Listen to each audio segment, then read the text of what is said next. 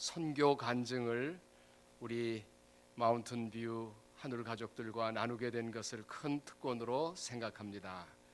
특별히 제가 이 마운틴뷰 이 교회에서 이렇게 자리에 서게 된 것은 작년에 저희 둘째 누님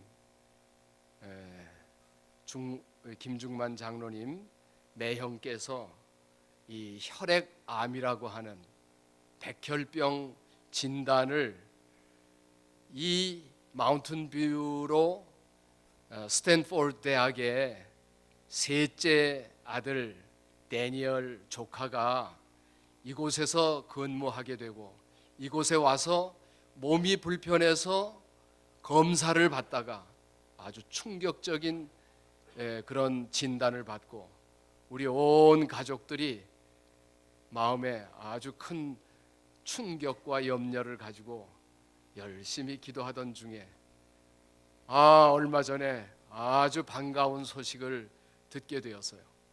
온 가족들이 염려하고 걱정하면서 하나님께 기도한 놀라운 하나님의 은총으로 이 정밀 검사를 계속 받아오셨는데 혈액암 수치가 거의 제로에 가깝다는 거예요. 그리고 정상인하고 다름이 없다고 그 주치 의사가 그 방면에 아주 최고의 권위자인데 깜짝 놀랬다고 그래요. 그 얼마 전에 형님은 믿음으로 그 주치 의사한테 저도 의사지만 지금 현재는 하나님께서 주신 좋은 방법으로 투병하고 싶다고 하는 믿음의 제안을 하시고 그 주치의가 당신의 제안과 의견이 참으로 훌륭한 제안이었다고 그렇게 고백했다는 얘기를 들었어요. 그 일 때문에 이곳에 왔다가 누님과 형님을 뵈러 온 길에 우리 오래전부터 6.1박 장로님은 저하고 아주 가까운 친구였어요.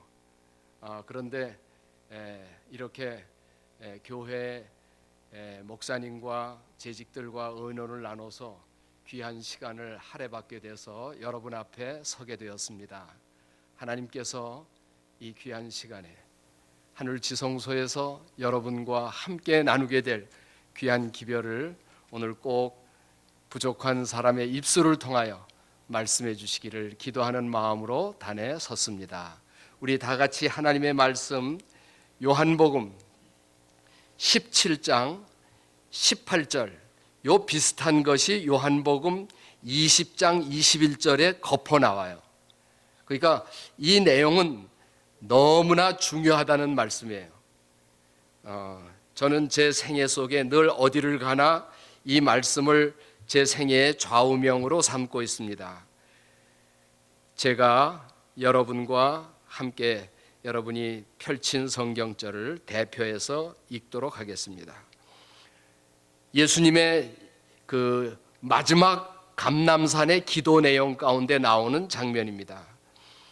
아버지께서 나를 세상에 보내신 것 같이 나도 저희를 세상에 보내었고, 이 20장 21절에는 평강이 너희에게 있을지어다 아버지께서 나를 보내신 것처럼 나도 너희를 보내노라는 말씀이 똑같은 20장 21절 요한복음에 기록되어 있습니다. 오늘 마운틴뷰 선교 간증 이 제목을 올려주십시오.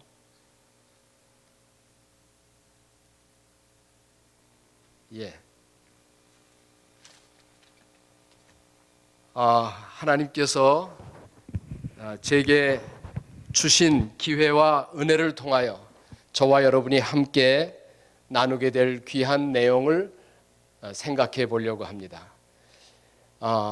여호와께서 내게 주신 모든 은혜를 무엇으로 보답할꼬? 내가 구원의 잔을 들고 여호와의 이름을 부르며 여호와의 모든 백성 앞에서 나의 서원을 갚으리로다. 하나님께서 이 가족들, 형제들 가운데도 정말 말썽 많고 허물이 많은 소자를 통해서 하나님이 주신 은혜를 오늘 내일 통해서 함께 나누려고 생각을 합니다.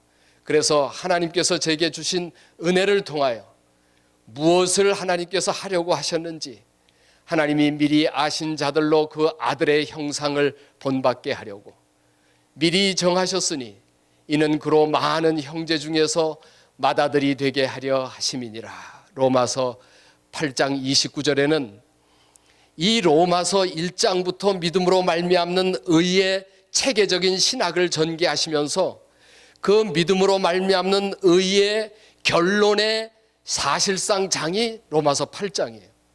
그런데 저와 여러분이 목표로 하는 대로 둘째 아담으로 첫 아담의 실패를 복원하시기 위하여 오신 예수 그리스도의 완전한 형상을 저와 여러분이 본받게 하게 하기 위하여 하나님의 놀라운 계획이 저와 여러분에게 전개된다는 것입니다.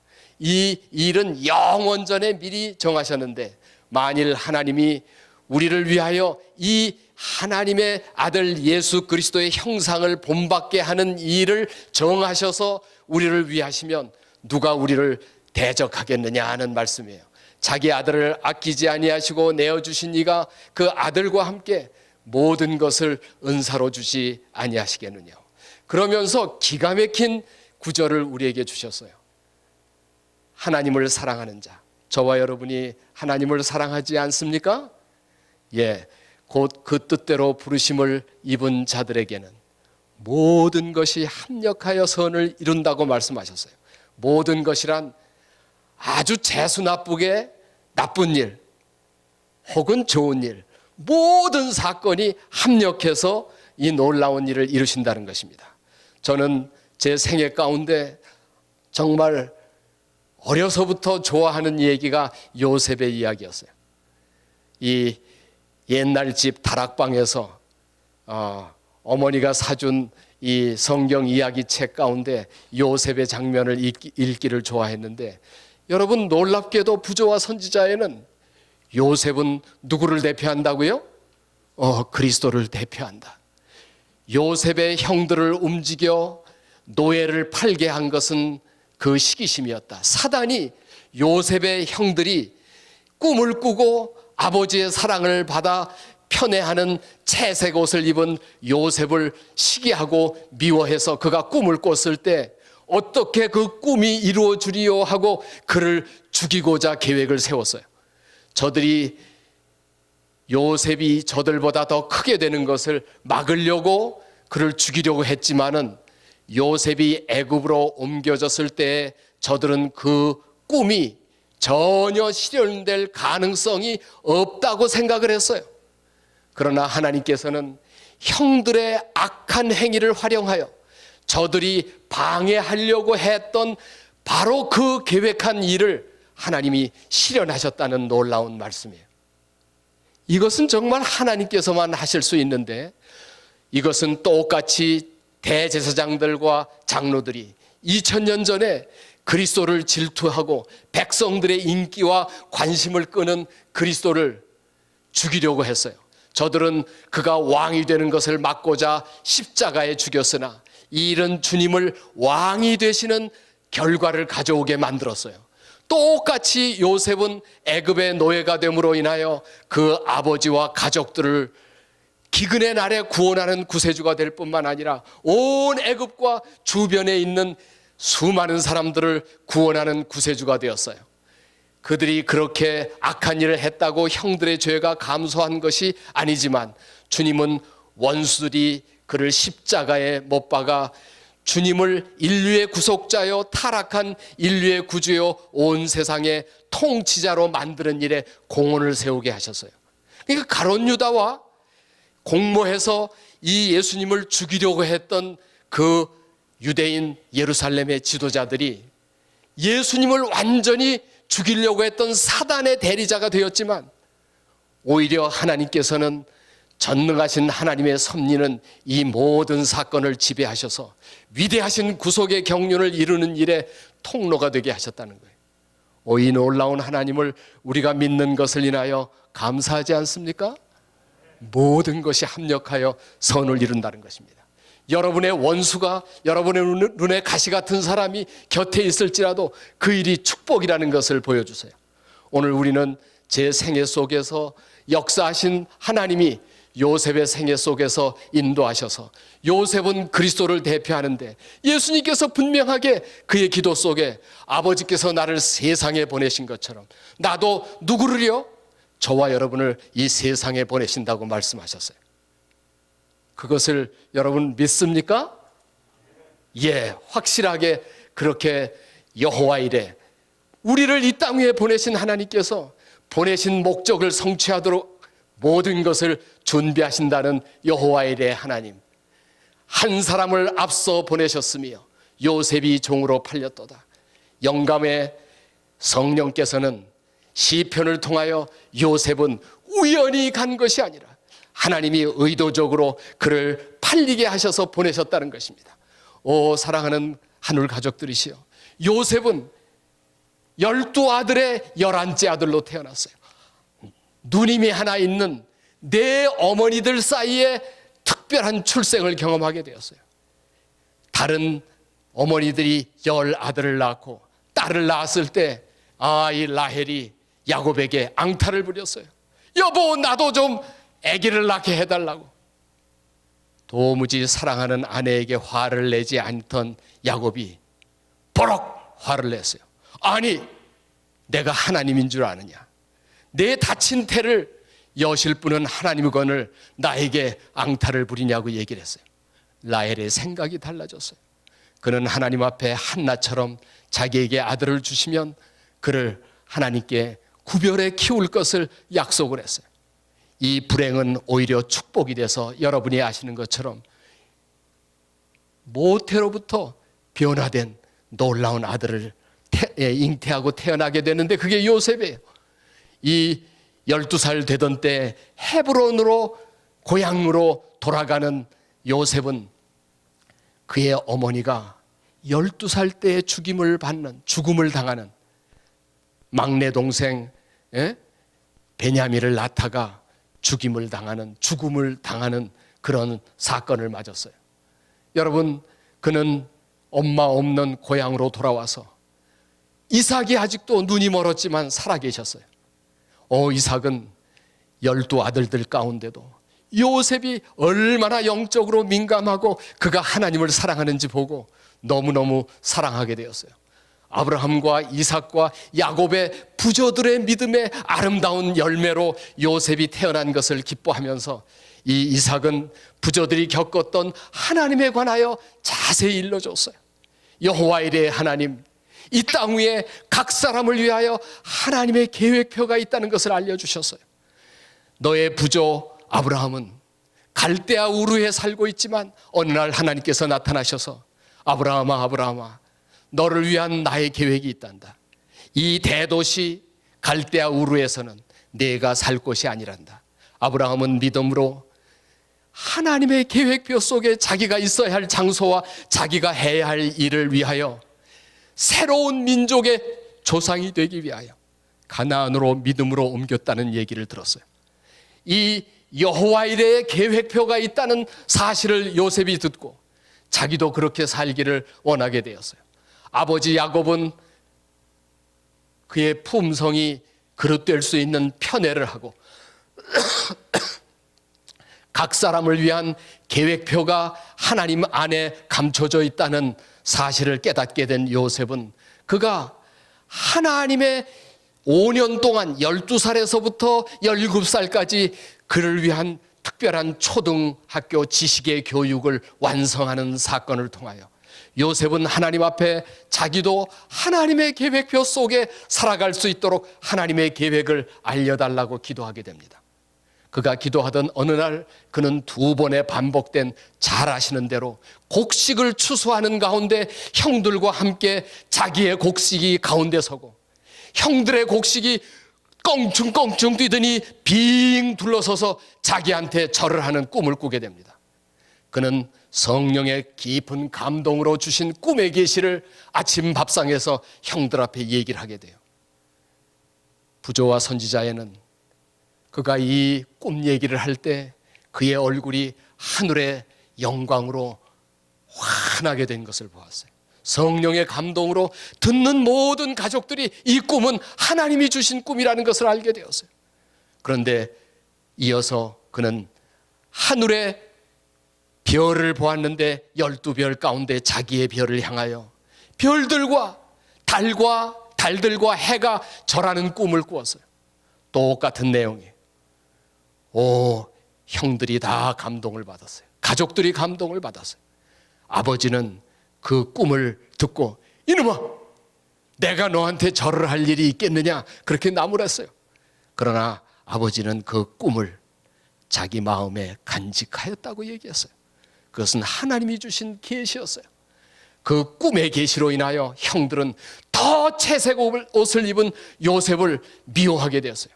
시련과 환난의 섭리의 사건이 벌어지기 시작했어요. 정말 불행과 정말 나쁜 일이, 재수 나쁜 일이 축복이 되는지 요셉은 생생하게 그것을 보여주셨어요. 형들이 헤브론의 목초가 떨어져서 세겜이라는 곳으로 이주하게 되었어요. 아버지 야곱은 아주 불안했어요. 여러분이 아시는 대로 세겜은 형들이 추장과 남자들을 피비린내 나는 도륙 사건을 통하여 형들의 안위가 불안한 이 야곱은 요셉을 심부름 보냈어요. 가 형들의 안부를 묻고 와라. 가니까 세겜에서 도단이라고 하는 곳으로 옮겨졌어요. 여러분, 이 놀라운 사건들을 통해서 잘 아실 게 있어요. 이 풀이 떨어지는 것은 하나님의 계획이 아니었어요. 하나님이 그 풀 떨어지는 것까지 간섭하는 일은 아니었어요. 그러나 세겜으로 옮겨진 형들의 이 이동이, 그리고 그곳에서 또 풀이 떨어져서 도단이라고 하는 것으로 옮겨졌어요. 여러분, 만일 형들이 도단에 있지 않았다면 애굽으로 가는 이스마엘 약대를 만날 수가 없다는 거예요. 이 도단은 세겜과 달라서 이 애굽으로 가는 무역상인들의 통로였어요. 하나님께서는 놀랍게도 애굽의 요셉을 통치자로 보내시기 위하여 하나님께서는 모든 사건을 지배하신다는 것을 보여주셨어요. 하나님이 형들을 악하게 만들어서 요셉을 죽이려고 하고 구덩이속에다 집어넣고 인신매매로 팔아버리게 그런 생각을 주신 분이 아니에요. 그러나 이 모든 사건을 지배하셔서 하나님이 요셉을 꿈속에서 본 그 통치자로 만드시는 계획에 하나님이 그를 사용하신다는 거예요. 그를 구덩이로 피의 채색 옷을 입혀서 아버지한테 그 꿈이 절대로 이루어질 수 없는 것을 서로 의논하는 것을 들었어요. 그러나 무역길에 상대가 나서서 뗄랑뗄랑 낙타들이 나타날 때, 여러분, 이 미국의 돈이 꿰는 곳에는 누가 모여요? 유태인들이 모여요.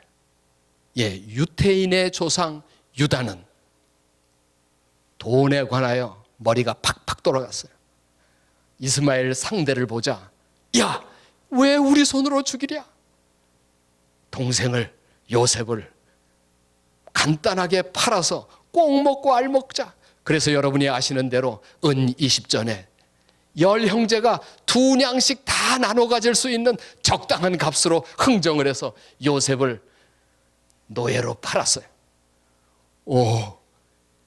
일은 여러분, 이 기가 막힌 요셉이 그 목축의 상속자로 아버지의 총애를 받다가 재수 온 붙은 사람 아니에요? 어떻게 이런 그 불행한 죽을 뻔하다가 노예로 팔리는 사건이 벌어져요? 그런데 이 모든 불행이라고 생각하는, 고난이라고 하는 재수 나쁜, 재수 온 붙은 일들이 하나님의 계획을 수행하는 하나의 절차에 불과하다는 것입니다. 하나님을 사랑하는 자, 곧 그 뜻대로 부르심을 입은 자들에게는 모든 것이 합력해서 뭐를 한다고요? 선을 이룬다는 것입니다. 이것은 너무나 확실한 여호와 일의 축복인 것입니다.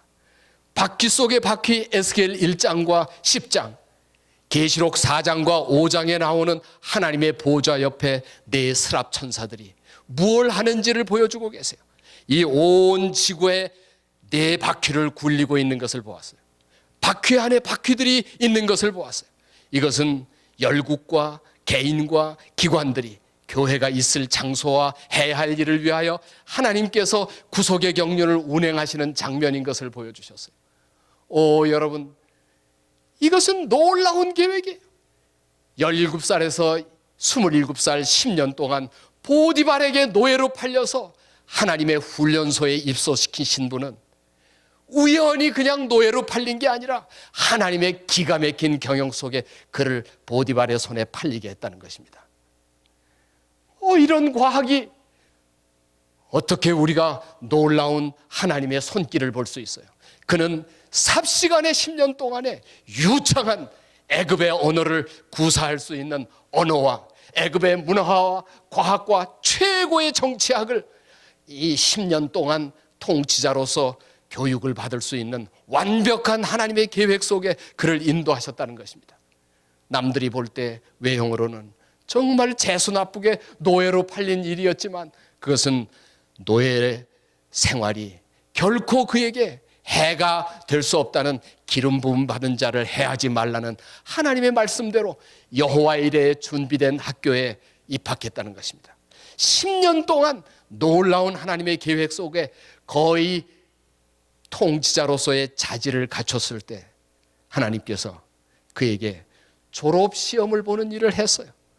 그 졸업시험은 그의 도덕을 시험하는 일이었는데 보디발의 아내가 27살 난 건장한 청년 요셉을 침을 흘리고 있었어요. 그를 자기의 애인으로 삼아야겠다고 생각을 했어요. 그래서 그가 처음에는 성경에 보면 눈짓을 했어요. 내가 너를 좋아한다. 사람이 텔레파시가 통해서 금방 알잖아요. 요셉이 근무하러 가면은 보디발의 아내가 요염한 얼굴을 하고 그가 눈짓으로 찌긋찌긋한데 말씀에는 그가 설득을 해요. 나와 동침하자. 내 말을 잘 들으면 그 말 뒤에는 내가 너를 이 온 재산과 가정의 주인으로 만들 수도 있다. 애굽은 여러분이 잘 아시는 대로 이 요사한 여자들이 이 뱀을 통해서 남편을 독살하는 일들이 있었어요. 그건 고고학에서 확실하게 나오는 일들이에요. 내가 마음만 먹으면 보디발을 죽게 하고 너를 주인으로 앉힐 수도 있다. 내 말을 잘 들으라 하고 당근을 제시하는 거예요. 그런가 하면 채찍을 들어서 네가 내 말을 안 들으면 너 가만 안 놔둔다. 그러나 요셉은 주인이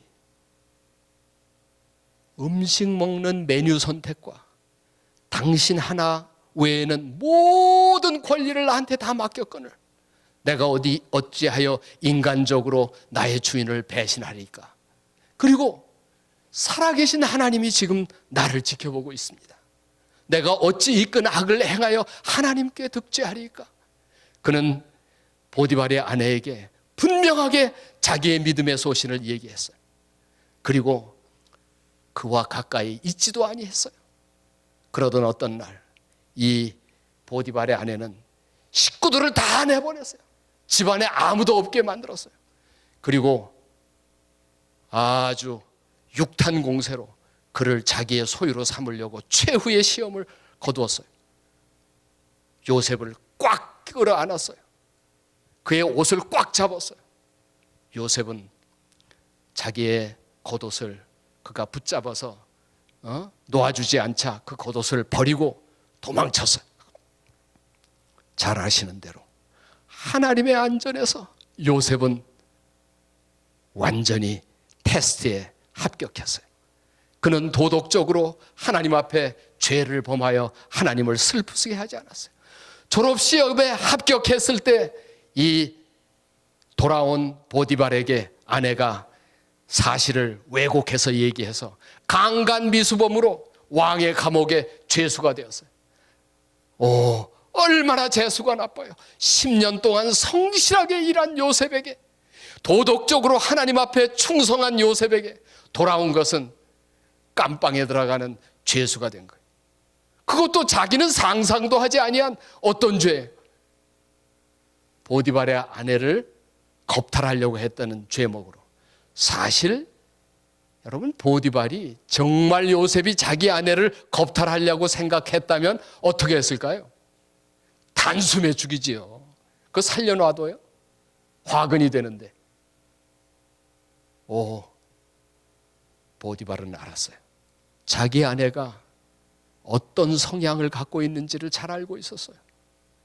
그러나 자기의 가정의 체면과 자기의 체면과 아내의 체면을 위하여 그를 감옥에 보냈어요.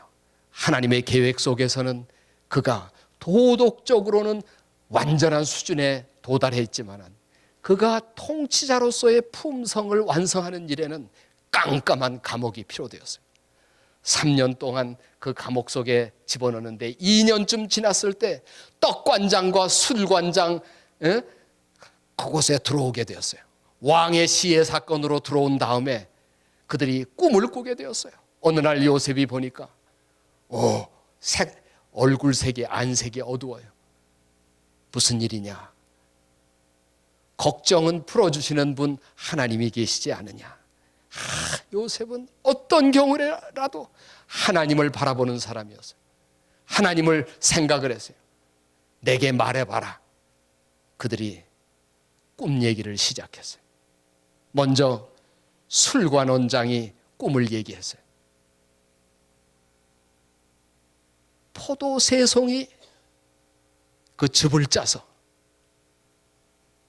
3일 후에 이 즙을 만드는 그 꿈 얘기를 했어요. 그랬더니 요셉이 당장 3일 후에 왕의 생일날 술관장 당신은 복원될 것입니다. 하나님께서 당신을 놓아줄 것입니다. 그의 꿈에 길한 해몽을 듣고 떡관장도 얘기를 했어요. 여러분 잘 아시는 대로 3일 후에 정확하게 술관장은 풀어 왕을 섬기게 되고 떡관장은 목이 달아나는 사건이 벌어졌어요. 이 두 사람은, 특별히 술관장은 요셉의 해몽을 통하여 하나님께서 그와 함께 하시는 영의 사람, 신에 감동된 사람이라는 것을 깊이 인식을 했어요. 그런데 술관장은 자기가 꼭 기억해서 왕에게 이야기해 준다고 그랬지만 얘기했어요? 잊어버렸어요. 여러분, 이 사건 가운데 여러분이 요셉의 믿음을 기억해 보셔야 돼요. 요셉은 보디발의 집에 있을 때도 보디발에게 모든 열쇠를 주었어요. 자기 마누라하고 메뉴 선택하는 음식 메뉴 빼놓고는 다 하라고 그랬어요. 요셉이 마음만 원하면 가나안으로 도망갈 수 있어요? 없어요? 보디발의 특급 자가용을 자기가 언제나 닦고 수리하고 정비하는 사람이었어요. 원하면 어느 날 밤에 에이 다 집어치고 아버지께로 돌아가자. 이랴! 그러면 금방 얼로 갈 수 있어요. 아버지께로 돌아갈 수 있어요. 그런데 그가 만약에 중간에 돌아갔다면 하나님의 꿈의 계획표는 완전히 박살이 나는 거예요. 하나님의 계획 속에 그가 있어야 할 자리가 하나님의 계획 속에 이동되기 전에는 움직여서는 안 되는 원칙을 보여주고 있어요. 이 감옥에 있을 때도 여러분 보세요. 말씀에 모든 감방의 열쇠를 누구에게 맡겼어요? 요셉에게 맡겼어요. 요셉이 감방이 지긋지긋하다고 탈출을 했으면 할 수 있어요? 없어요? 할 수 있어요. 그런데 그때 탈출해서는 아버지가 어느 날 보니까 죽었다던 누가 나타나요? 요셉이 나타나는 거예요. 아니 너 안 죽었냐? 형들이 뭐가 되겠어요? 형들이 나를 죽이려고 하다가 이렇게 해서 팔려서 내가 애굽에 와서 이렇게 돌아온 거예요. 그러면 이야, 하나님의 계획표 속에 형들을 만나는 거하고 자기가 하나님의 계획표 속에 없는 계획대로 돌아가는 거하고 엄청난 차이가 난다는 것을 보여주시는 거예요. 오 사랑하는 형제 자매들, 하늘 가족들이시여, 저나 여러분이 누구의 계획표를 따라야 할까요? 하나님의 시간표와 계획표 속에 나를 위한 하나님의 경영대로 그분과 협력하는 일에 실패하시면 안 돼요. 이 일이 요셉이 가르쳐주는 놀라운 교훈이에요. 만약에 왕에게, 바로 왕에게 왕이시여, 술관원장이 내가 얼마 전에 풀려났는데 요셉이라는 사람을 감방에서 만났습니다. 그런데 그는 죄 지을 일이 없었다고 합디다. 보디발이 자기 체면 때문에 아마 어거지로 보낸 모양인데 정말 착한 사람입니다. 만약에 그때 요셉을 왕이 어명으로 풀어줬으면 어떻게 돼요? 도루 노예가 되는 거예요. 풀려나봐야 감방에 있던 노예가 감방 밖으로 풀려진 노예가 될 거예요. 채석장으로 다시 가든지 어느 부잣집으로 끌려가는 노예에 불과할 거예요. 하나님의 타임 속에, 그가 하나님의 경영 속에 옥에서 나와야지 자기의 임의대로 하나님보다 앞서가는 것은 전혀 아름다운 계획이 아니라는 사실을 우리 하나님께서 보여주고 계세요. 드디어 왕이 꿈을 꾸게 되었어요. 요셉이 준비됐어요. 3년 만에 그의 품성이 침착하고 완전하고 온유하고 거룩하게 준비되었을 때 하나님께서 뭘 보내셨어요? 바로에게 꿈을 보내셨어요. 바로가 이야, 기가 막힌 하늘의 꿈을 2번 걷어 꾸었는데 해몽하는 사람이 없어요. 온 나라가 난리가 났어요. 비상사태가 되었어요. 깜방에서 준비된 인재 요셉이 필요한 시점이 되었어요. 막 왕이 서둘러서 요셉을 불러와라.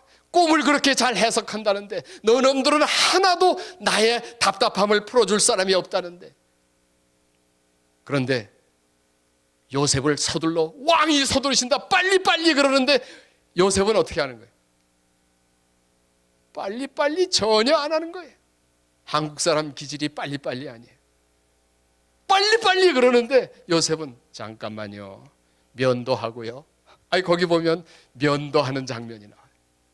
그리고 예절에 걸맞게 애굽의 최고의 의복을 갈아입는 장면이 나와요. 온 나라가 들끓은 비상사태, 요셉만 평온해요. 그 마음에 누가 계세요? 거룩한 영이 계세요. 예수님이 계세요. 하나님의 대표자라고 하는 것을 보여주고 있어요. 오 사랑하는 하나님이시여, 하늘 가족들이시여, 왕이 보자마자 너는 꿈을 잘 푼다더라. 그때 요셉은 왕 앞에, 만주백관이 다 있는 앞에, 온 애굽의 통치자들, 지도자들이 있는 앞에 자기의 신앙을 고백을 해요. 이야, 이건 정말 놀라운 일이에요. 그런 그 엄숙하고 영광스러운 자리에 우리가 평소에 가지고 있는 신앙을 고백하는 게 쉬운 일이에요? 쉽지 않아요. 아마 보통 사람 같으면 제가 꿈 좀 잘 풀지요. 말씀해 보세요. 아주 자기를 드러내려고 했을 거예요. 요셉은 그렇게 하지 않았어요. 내가 아닙니다. 꿈을 해석하는 것은 내가 아닙니다. 왕이시여, 하나님께서 왕에게 평안한 대답을 주실 것입니다. 그렇게 대답을 해요. 저는 요셉의 믿음, 요셉의 삶을 살고 싶어요. 여러분도 그렇지 않습니까? 요셉의 믿음을 배우시게 되기를 바랍니다. 2 꿈의 7 암소 얘기와 7 이상 얘기를 했어요. 그러자 즉시 그가 앞으로 7년 풍년과 7년 기근이 올 것을 얘기를 해요. 그리고 그 풍년이 기근을 대비하도록 명철하고 지혜 있는 사람을 선택하십시오. 그로 하여금 온 애굽을 통치하게 하십시오. 그리고 기근을 준비하라. 그 이야기를 듣고 난 왕이, 신하들이 만장일치로 우와, 이렇게 신에 감동된 사람을 우리가 어찌 얻으리요. 그리고 요셉을 통치자로 임명을 하는 것입니다. 여러분 이 사건을 보세요. 너는 내 집을 치리하라. 왕이 자기의 옥새를 그 자리에서 빼서 그의 손에 끼우고, 왕이 입었던 세마포 옷을 입혀주고, 왕의 금사슬 이 목에 걸었던 이 왕의 상징하는 권위의 사슬을 그에게 끼우고, 왕이 타는 수레에 태워서 온 애굽은 그에게 엎드려 경배하라, 그렇게 명령을 내리고 순회하게 만들어요. 이야, 이거 기가 막힌 하나님 아니에요? 하나님의 계획표 속에 여호와 일의 하나님을 아는 사람은 어떤 경우가 와도 요셉처럼 침착하고 요셉처럼 당황하지 않는다는 것입니다. 믿음으로 생활한다는 것입니다. 바퀴 속의 바퀴처럼 하나님께서 구속의 경륜 속에 움직이신다는 거예요. 어떻게 단 하루에 아침에 일어난 요셉은 그날 아침에도 하나님의 계획이 오늘도 이 캄캄한 어둠 속에 살게 하실 건가? 그런데 아침의 죄수를 그날 저녁에는 온 애굽을, 그 애굽은 지금의 미국보다도 더 큰 나라였어요. 더 막강한 나라였어요. 그 나라의 통치자를 만드셨어요. 오, 사랑하는 하늘 가족들이시여, 우리는 이렇게 위대하신 하나님을 우리의 아버지로 모시고 있다는 사실을 마음에 새기시기를 바랍니다. 이거 보통 일이 아니에요. 이 하루의 죄수를 총리로 만드신 하나님께서는 선지자 왕 바퀴속의 바퀴에 대한 내용을 하나님의 계획 속에 모든 국가와 개인의 자리를 배정하셨다. 오늘날 사람들과 나라들은 하나님의 저울에 달려 하나님께서 검증하시는 거에 검증을 받고 있다는 것입니다. 모든 사람은 자기 선택으로 자기 운명을 결정하고 있으며, 하나님은 당신의 목적을 성취하고자 모든 사람을 지배하신다. 오, 사랑하는 하늘 가족들이시여, 하나님의 계획표 속에 여러분의 자리와 여러분을 향한 하나님의 계획을 완성하는 일에 여러분의 도구가 되고 싶지 않습니까? 하늘의 도구가 되고 싶지 않습니까? 예, 정말 마음속으로, 겉으로는 아멘 소리를 안 하셔도 마음으로는 정말 여러분이 오 주여, 요셉처럼 그리스도를 대표했던 그가 하나님의 계획된 하늘의 통치자로 임명을 받았던 것처럼 우리 생에도 그렇게 하게 해달라고 기도하시기 바랍니다. 오, 여러분, 그의 가정의 출생은 우연이 아니에요. 그의 성장과 그가 받은 시련은 우연이 아니에요. 하나님의 계획 속에 그가 받았던 편애와 시기도 그것이 우연이 아니라는 사실을 보여주세요. 그에게 주셨던 꿈과 일어난 사건은 하나님의 치밀한 계획표 속에 보디발의 노예로 된 것도 우연이 아니라는 것입니다. 10년의 훈련을 통하여 그를 유혹과 승리로 만들어서 그를 다시 감옥 속으로 집어넣은 것도 역시 하나님의 섭리요 인도하심이라는 것입니다. 꿈의 사건, 통치자 요셉으로 일약 하루아침에 그를 부르시는 것은 하나님의 계획대로, 다니엘 4장 17절이에요. 다 같이 함께 읽어보세요. 시작. 이는 순찰자의 명령대로요, 거룩한 자의 말대로니 곧 인생으로 지극히 높으신 자가 인간 나라를 다스리시며 자기의 뜻대로 그것을 누구에게든지 주시며 또 지극히 천한 자로 그 위에 세우는 줄을 알게 하려 함이니이다. 다니엘 4장 17절. 그렇습니다. 하나님께서 인간의 생사화복과 모든 사건들, 가장 사소한 것부터 큰 일까지 하나님이 주장하신다는 거예요. 여러분이 믿습니까? 예, 이 일을 개인적으로 경험하시기 바랍니다. 요셉의 운명을 그 오른손에 쥐고 계시다는 거예요. 한 사람을 앞서 보내셨으며 요셉이 종으로 팔렸도다. 여호와 일의 하나님, 이 부조들의 여호와 일의 하나님은 여러분의 하나님이 되시기를 바라는데, 바퀴 속의 바퀴처럼 여러분의 놀라운 삶을 인도하기를 원하신다는 것입니다. 그 조건이 뭐예요? 하나님을 사랑하는 자, 곧 그 뜻대로 부르심을 입은 그 위치에 자기를 두라는 것입니다. 선교 간증을 하라고 그래서, 여러분 고암용기 공장은 안 가보셨죠? 우리 6.1박 장로는 이게 지금 고암용기 프로세스 중에 요거는 이제 용기 공장의 일부분이에요. 4분의 1 우리가 공정을 지금 보여드린 거예요. 지금 고압 용기를 만드는데 여기 이제 잘 보이시나 모르겠어요. 여기 한 사람, 여기 한 사람, 여기 한 사람, 여기 한 사람. 이 큰 공장에 몇 사람 없어요. 왜요? 왜요? 자동화 해놔서. 예. 그러니까 이 고압용기 생산 라인을 자동화해서 몇 사람 운영 안 하게 하니까 경쟁력이 높아졌어요. 예. 하나님께서 저를 오래전에 우리 누님 댁에 제가 있으면서 사우스 엘진에 있는 마리손이라고 하는 회사에서 한국 최초로 이 고압용기 기술을 익혀갔어요. 그래서 한국에서 최초로 고압용기 기술을 개발했어요. 그렇게 공장을 짓던 어느 날 봄비가 부슬부슬 내리는데 제가 이천으로 오는 길에 그때 막 포장한 도로에 개구리들이 저녁 어스름할 때 내리는 빗방울을 벌레로 착각하고 달리는 자동차 앞으로 왔다가 빡 터지는 경험을 했어요. 그 순간 제가 돈 버는 일에 사업에 몰두해서 개구리 같은 인생이 된다면 내가 얼마나 불행하고 불쌍한 사람이 되는지를 하나님께서 성령으로 말씀하셨어요. 저는 그날 집에 돌아오자 예수님 오실 때 제가 가져가야 할 2가지 예수님을 닮은 품성과 예수님의 이름으로 하나님께로 인도한 영혼들만이 내가 가져갈 남은 재산이라는 것을 가르쳐 주셔서 아내에게 여보 우리 다 때려치고 앤드루스나 피유시 신학을 공부하려고 하는데 어떠냐? 아내가 굉장히 좋아했어요.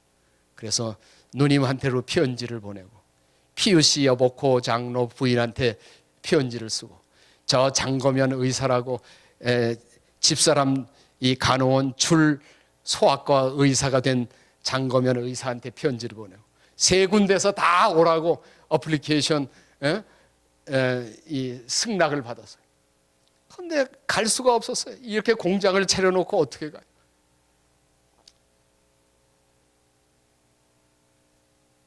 그래서 공장의 68명 직원들과 함께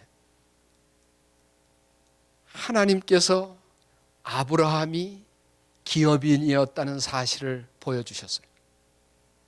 하나님께 헌신하고 하나님의 수많은 영혼들을 구원하는 일에 목회자만 부르신 게 아니라는 메시지를 주셨어요. 평신도로 기업인으로도 충분히 하나님의 사업에 헌신할 수 있다는 기별을 주셨어요.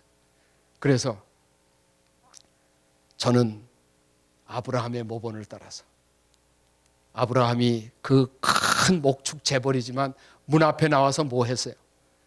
지나가는 나그네 모셔다가 발 씻기고 소 잡고 그냥 기가 막힌 잔치를 벌여서 하나님의 왕국을 소개하고 하나님의 율법의 보관자로 그의 사명을 다했어요. 아브라함 같은 기업인이 되고 싶었어요. 그래서 어떻게 할 수 있을까? 일요일마다 우리 온 직원들을 데리고 그때는 우리 한국이 6일 동안 일할 때예요. 그래서 선교를 나갔어요. 하나님께서 기다렸다던 듯이 우리가 68명이 일요일마다 선교하러 나갈 때 엄청나게 축복을 해주셨어요. 이게 이제 선교 간증에 대한 본격적인 이야기입니다. 68명의 직원과 우리는 본격적으로 대도시 개척 선교를 하기 시작했어요. 그 대도시에 나가서 개척할 때 어떻게 하면 효율적으로 하나님의 복음을 전할까 생각하다가 계시록 세미나를 했어요. 계시록을 선포하기 시작했어요. 그런데 놀라운 경험을 했어요. 아시는 것처럼 제가 무슨 계시록의 전문가예요. 저는 기업하는 중소기업 경영자에 불과했어요. 그런데 하나님께서 저 미천한 사람을 이 요한계시록을 선포하게 될 때 수많은 영혼들을 거둬들이시는 거예요. 이야, 그 참 기가 막히는 역사를 보았어요. 저는 한국연합회와 각 합회들과 협력해서 도시 개척 사업을 계속해 들어갔어요. 여러분, 삽시간에 9개의 교회가 개척되었어요. 예? 미개척 도시에 9개의 새로운 재림교회가 섰어요. 한번 우리가 개척을 나갈 때마다 6개월 동안 일요일마다 방문하고 어느 정도 무르익으면 공중 집회를 했어요. 그러면 하나님께서 준비된 영혼들을 붙여주시는 거예요. 수십 명의 영혼들이 이 복음에 호응해서 침례를 받고 교회가 세워졌어요. 이 일 때문에 하나님께서 저를 중국으로 보내셨어요. 여호와 일의 하나님. 저는 이것은 지금 중국 천진에 있는 제2공장이에요. 예? 여호와 일의 하나님께서 모든 것을 준비하세요. 제가 중국에 갔을 때 중국 정부에서, 그때가 90년도에 들어갔어요. 89년도에 천안문 사태가 일어나면서 외국에서 들어왔던 기업인들이 꽁무니가 빠져라고 다 주량령을 쳤어요. 이야, 무서운 나라구나. 왜요? 그 천안문 광장에서 민주화 운동 데모 일으키는 젊은 대학생들을 탱크로 깔아 죽였어요. 막 드르륵 전부 죽였어요. 그거를 외국인들이 보고 이 나라에선 조금 잘못하다간 이거 국물도 없고, 그래서 죄 도망가던 때예요. 그게 아시는 대로 89년도 가을서부터 이어진 사태에 막 다 도망갈 때 전 들어간 거예요. 하나님께서 그 타임에 들어가게 하신 거예요. 여호와 일의 하나님께서 저한테 이 공산당 간부들이 물어봤어요. 뭐가 제일 불편하냐? 도움을 줄 게 있다. 저는 비록 중국에 하나님께서 섭리 가운데 인도하셔서 왔지만 예배 안 드리면은 난 여기 있을 필요가 없습니다. 예배 드릴 장소가 없으면은 나는 도달아가야 합니다. 이야, 그랬더니 이 중국 정부에서 외교 단지 안에 우리가 예배 드릴 거처를 준비해 주시는 거예요. 무슨 하나님이에요? 여호와 일의 하나님. 저를 중국에 보내신 하나님이 이미 다 뭐 하셨다는 말이에요. 준비해 놓으셨다 그 말이에요. 오, 사랑하는 하늘 가족들이시여, 하늘이 예수님을 보내실 때 나사렛에 그의 가정과 그의 삶의 모든 것들이 준비되었던 것처럼 나도 너를 세상에 보낼 때 하늘이 내가 보냄을 받는 곳에 해야 할 일을 위하여 모든 것을 준비하신다 그 말이에요. 이것은 우리 연합회장님, 합회장님들, 교회 지도자들, 대총회장님, 여러 교회 분들이 와서 보았어요. 예? 우리 친구들도 와서 보았어요. 북경 최초로 외국인 교회를 승낙받았어요. 그리고 세계에서 규모가 제일 큰 6개의 공장을 중국 안에 하나님께서 마련해 주셨어요. 그래서 우리가 가격을 결정하면 이게 세계의 용기 가격이 되었어요. 경쟁을 하기가 어려운 형편이었어요. 우리 6.1박 장로는 와서 그 공정도 다 보고 우리 교회 지도자들도 많은 분들이 와서 보고 갔어요. 중국 최초로 외국인 학원을 세워서 중국에서는 제가 직접 영혼들에게 한국처럼 복음을 전할 수가 없었어요. 그랬더니 하나님께서 대총회에서 파송한 영어 잘하는 선교사들을 통하여 뒷구녕으로 영혼들을 걷어들이시고 침례받게 하시는 역사를 이루셨어요. 이야, 그래서 북경에 7교회 7군데 외국인 학원이 있었어요. 상해에 5군데 영어 학원을 하게 하셨어요. 연길에 1군데를 두게 하셨어요. 그리고 북경 근처에 평신도 지도자 양성하는 훈련 기지를 갖도록 하셨어요. 그리고 대총회 직속 선교기관으로 대총회에서 임명을 했어요. 그래서 대총회와 아주 밀접하게 관계를 갖고 일을 했어요. 어떤 하나님이시라고요? 여호와 일의 하나님. 여호와 일의 아브라함을 위하여 여호와 이레의 하나님이 되신 하나님은 아브라함에게만 해당되는 것이 아니라, 요셉에게만 해당되는 것이 아니라, 하나님을 사랑하는 자 곧 그 뜻대로 부르심을 잇는 일에 자신을 헌신하는 모든 사람을 위하여 여호와 이레의 하나님이 되신다는 것입니다. 그렇습니까? 예, 확신하시기 바랍니다. 여호와 이레의 하나님께서 온 세계에 수출하는 물동량이 막 쏟아져 나오게 됐어요.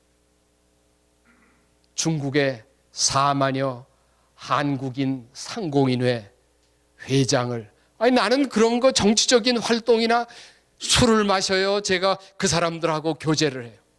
그런데 어떤 날 이 에이펙 총회에 삼성과 같이 참여할 기회를 만드셨어요. 하나님의 섭리 가운데 하나님께서 이 부족한 사람을 한국 상공인 회장으로 추대를 받게 했어요. 제가 못한다고 그랬어요. 난 제 그릇을 알지, 이 4만여 상공인의 회장이라는 자리는 30대 그룹사가 다 들어가요. 중소기업이 다 들어가요. 보따리 장사부터 식당 하는 사람서부터 그 모든 한국인 경제인들을 다 총괄하는 위치예요. 그 자리에 날 보고 회장을 하라는 거예요. 제가 12대, 13대, 14대 역대 회장들 중에 다 그룹사들 대표가 했어요. 중소기업인으로는 5년 동안, 원래 6년 임기인데 5년 중간에 그만뒀어요. 그거 너무 오래 하다간 타락할 것 같았어요. 여러분, 이것은 2008년도 5월 달에 제가 상회 회장으로 초청해서 대통령 부부가 교민 만찬회를 하는 장면이에요. 대통령 환영식, 부부를 환영하는 자리에 이 모든 사건이 뭐라고요? 여호와 이레 하나님, 우리를 위하여 준비하시는 하나님.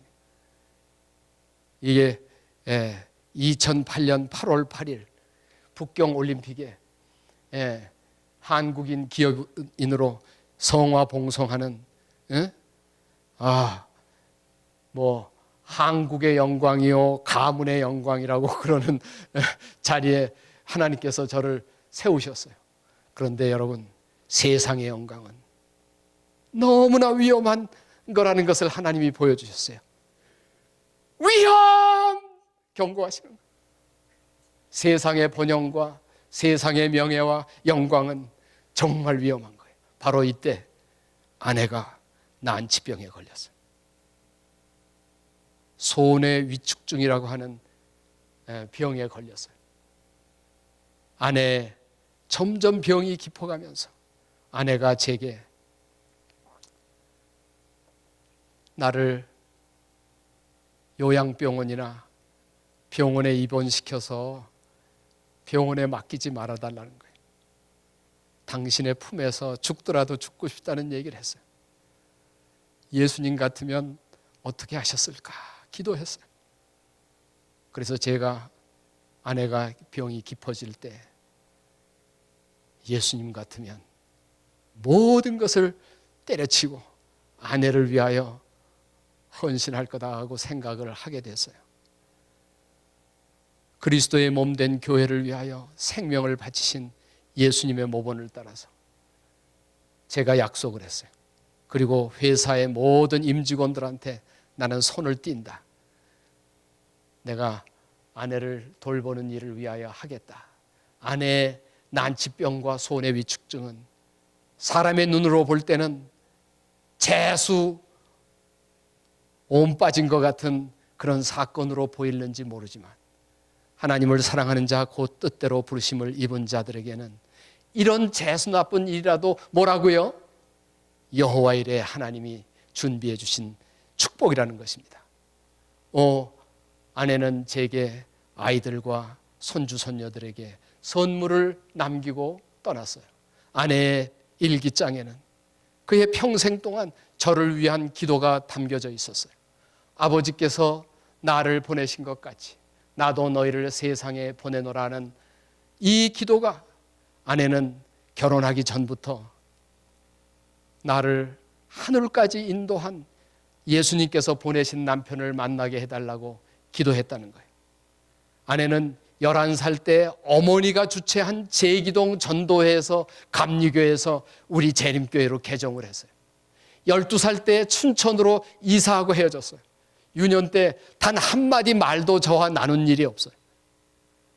그런데 대학교 제가 한삼 16기 동창회장으로 동창회를 위생병원 간호학교 기숙사에서 하는데 나를 잘 아는 여학생이 여기 들어왔다는 거예요. 특별히 이정숙 우리 6.1박 장로 인척되는 그 친구가 막 놀리는 거예요. 나는 저희 춘천에서 있는 여학생 모르는데 그랬더니 데리고 와보겠다고. 딱 나타나는데 보니까 초등학교 때 헤어진 사람이에요. 그때 마침 누님도 그 위생병원 간호대학 교수로 있었어요.